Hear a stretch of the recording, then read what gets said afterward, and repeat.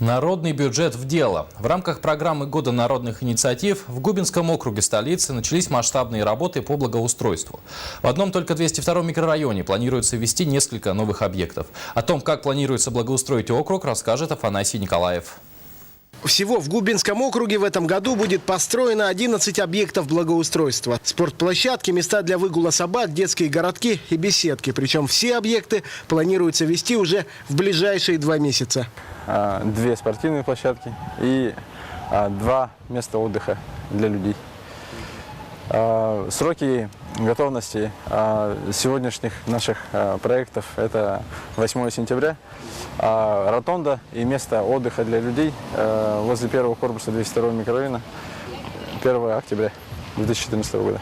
На всех этапах, начиная с планирования и выбора места строительства до непосредственной сдачи объекта, вся работа идет под пристальным контролем со стороны общественности. Обсуждали именно с населением совместно, со старостами, рядовыми жителями, как лучше